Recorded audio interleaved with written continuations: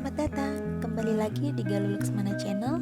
Yang kali ini saya mau membawakan sebuah kisah sejarah, di mana kisah ini kita mengangkat yaitu seorang ratu cantik yang terkenal dengan kekejamannya.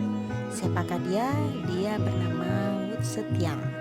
Gimana ceritanya dan kisahnya? Kita ikutin aja ya.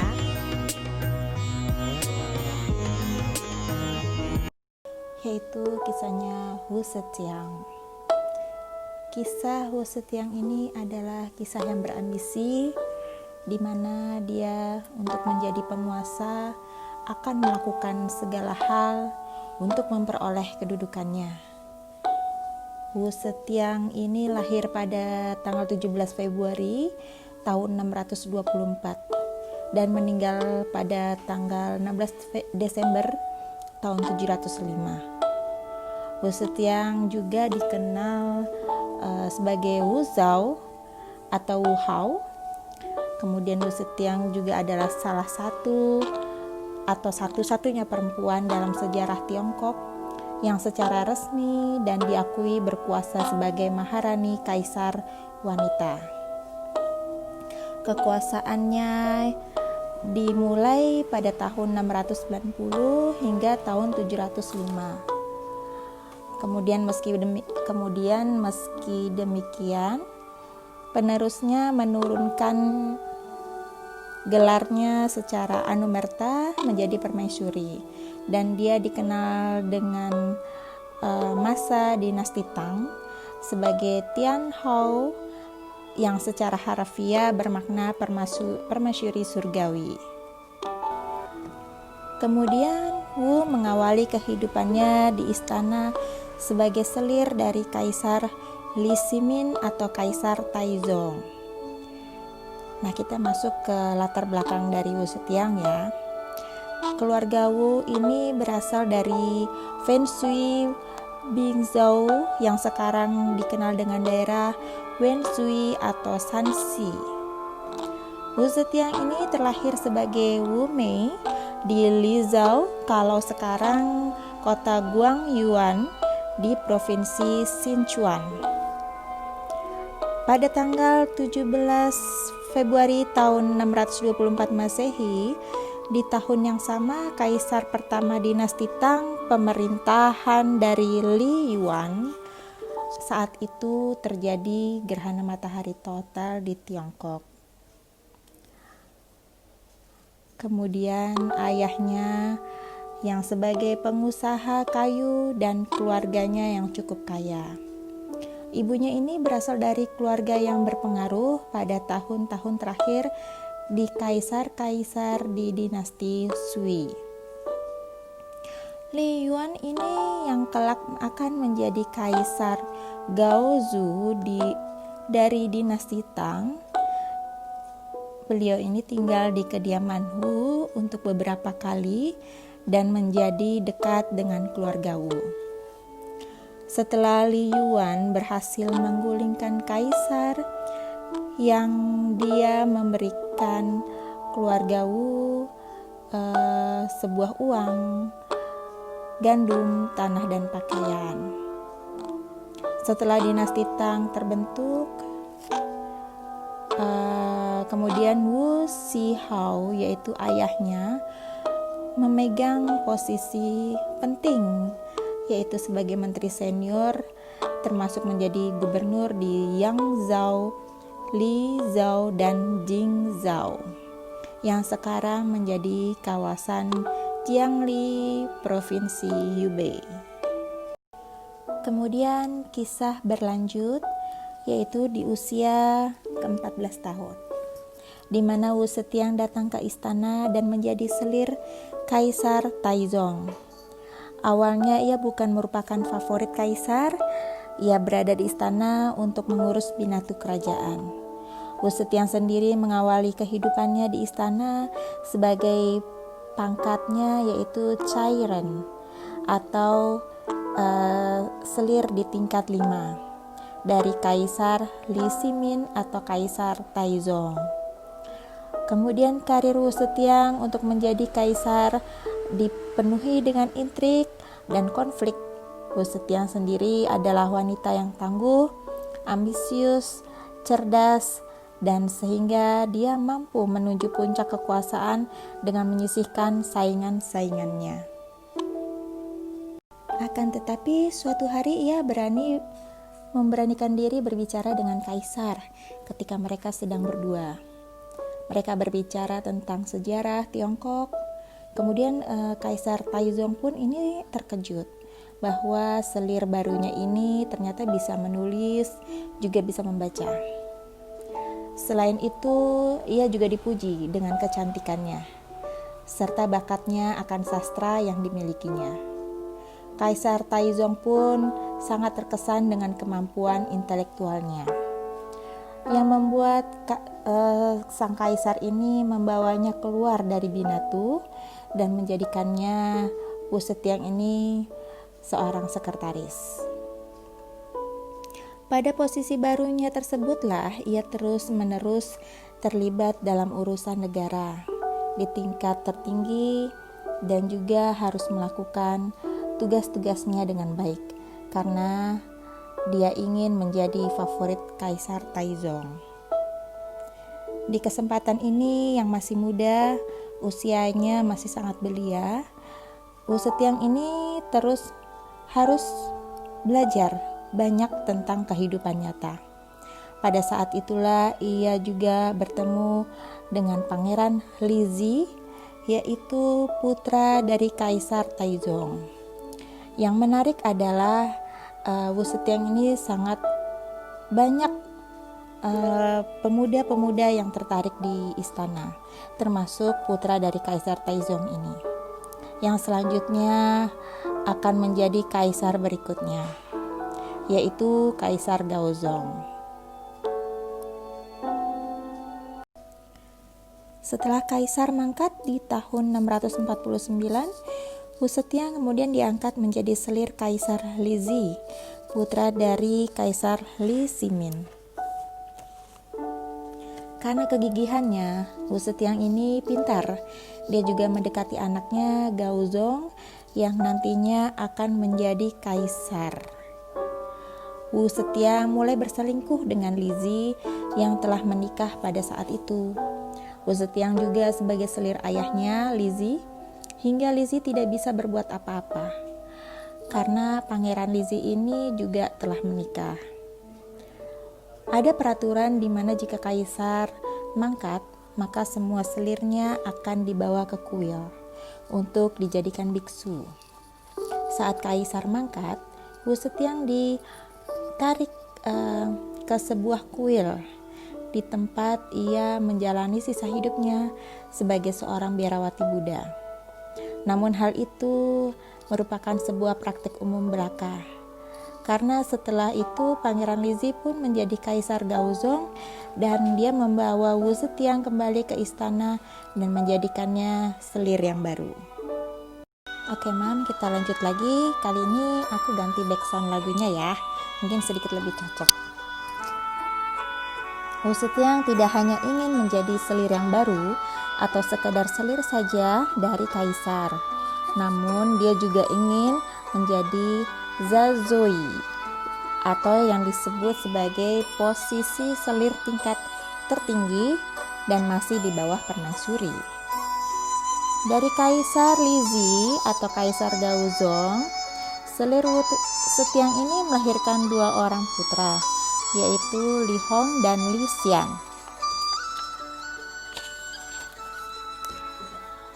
Dengan begitu, keinginannya Wu Zetiang ingin menjadi permaisuri semakin bulat ya. Kemudian ia tempuh dengan berbagai cara, termasuk membunuh putrinya sendiri, yang mencekik putrinya yang masih bayi dan berdalih bahwa Wang yang membunuhnya, sebab cemburunya Wang itu karena tidak memiliki anak. Pada saat itu, upaya untuk dilakukan memfitnah permaisuri Wang pun juga cukup kuat, sebab permaisuri Wang adalah satu-satunya orang yang terakhir berada di lokasi kejadian. Pada saat itu pun permaisuri Wang tidak memiliki seorang anak Lalu ada lagi yaitu Lady Xiao yang merupakan selir yang pertama. Dia memiliki anak, seorang putra dan 2 orang putri. Nah, selain itu, Wu Zetian juga mengatakan bahwa permaisuri Wang ini berlatih sihir dan melibatkan Lady Xiao. Tuduhan kepada permaisuri Wang ini membuat ia dinyatakan bersalah. Kaisar pun menceraikannya dan Lady Xiao pun diasingkan.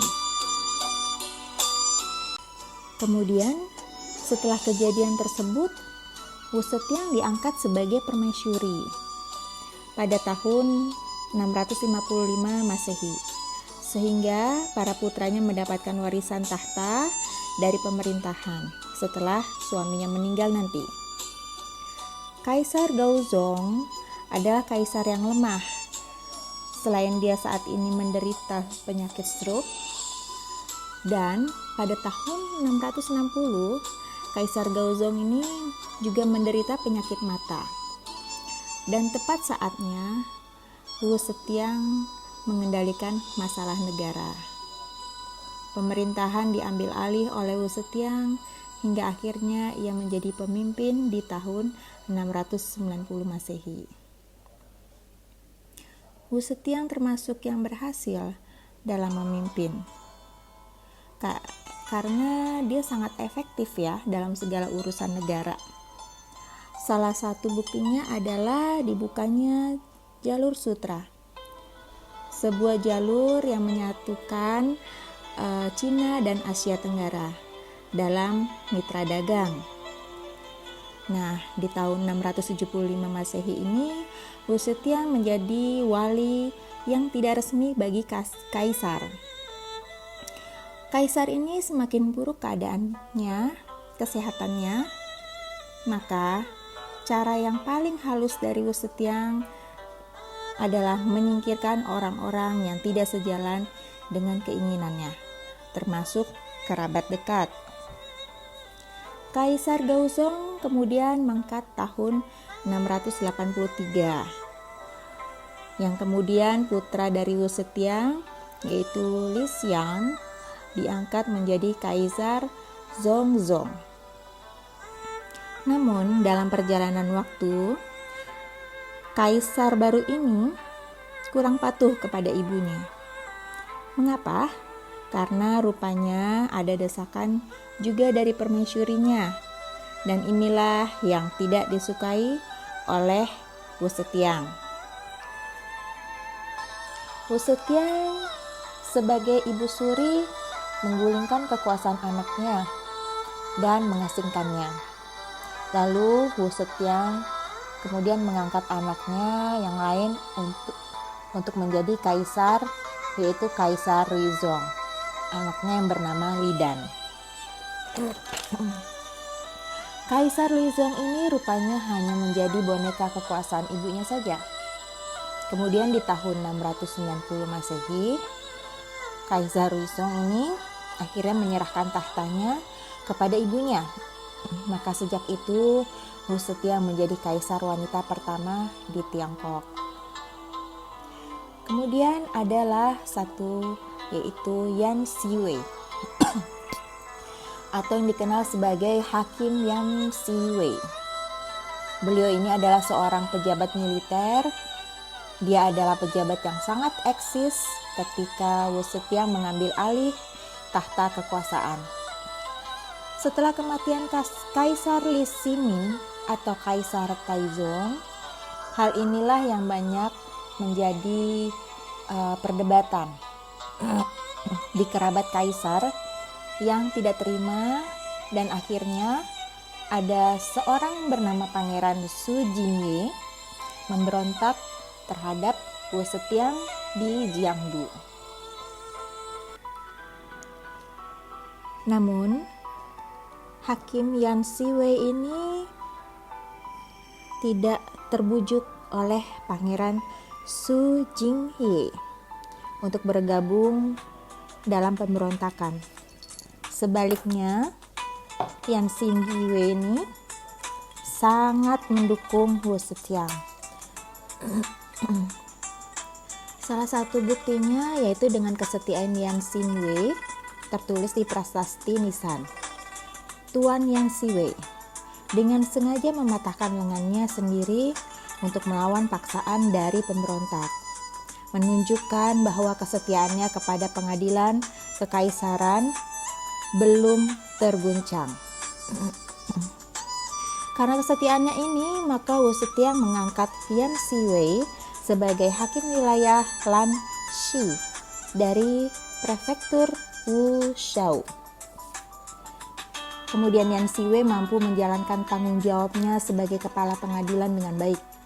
Yan Xinwei juga melayani kaisar selama 9 tahun. Sampai akhirnya ada sebuah tragedi yang menghampirinya. Tidak dijelaskan penyebab tragedi itu, namun tersirat keterangan di prasasti bahwa salah satu seorang saudara dari Yan Xinwei telah berbalik melawan Kaisar Wu Zetiang. Yan Xinwei sendiri dianggap bersalah dan oleh lembaga yang dipimpinnya akhirnya ia dieksekusi hukuman mati secara kolektif bersama seluruh keluarganya. Kemudian Yan Xinwei ini dianggap juga sebagai pembangkang sehingga ia sehingga ia dan keluarganya tidak mendapat penguburan yang layak. Kaisar Wu Zetiang ini akhirnya digulingkan kembali oleh putranya yang diasingkan, yaitu Li Xiang atau yang dikenal sebagai Kaisar Zhongzong, yang kemudian resmi untuk naik tahta kembali sebagai kaisar.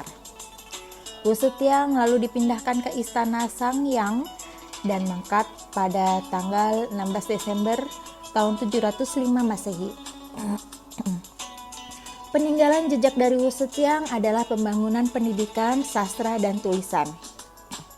Wu Zetiang juga punya perhatian besar terhadap rakyatnya, termasuk sukses dalam memperluas wilayah pembatasan Tiongkok dan mengantarkan putra-putranya ke kaisar dan menjadi kaisar maksudnya.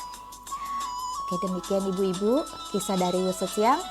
Semoga bisa menjadi nambah wawasan dan menambah nilai-nilai khusus pelajaran buat kita semua.